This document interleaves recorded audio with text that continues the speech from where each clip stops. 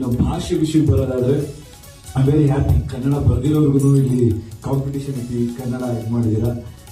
I think what I believe is, because most of you may not understand, some of you, wherever we go, if you are able to respect the culture and the language, you will get multifold back.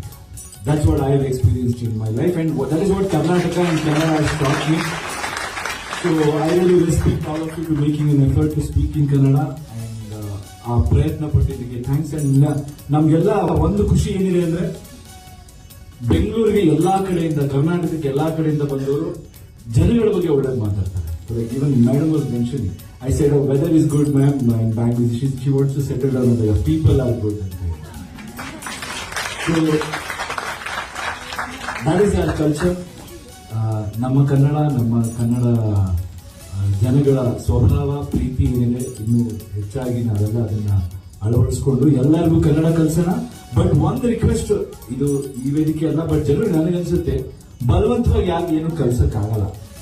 So instead of fighting for other person to learn Kannada, we should make it uncool not to speak in Kannada.